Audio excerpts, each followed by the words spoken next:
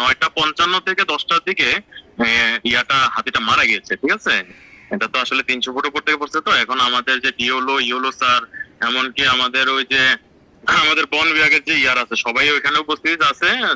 Ranger সাহেবের সাথে আমি কনফার্ম হলাম আর কি এখন। হ্যাঁ, আঘাতের কারণে, এটা তো অনেক উপর থেকে ভূমিধসের কারণে পড়েছে। তো এটা ইন্টারনাল ব্লিডিং এবং কি এটা শরীরে অনেকগুলো ক্ষত সৃষ্টি হয়েছে।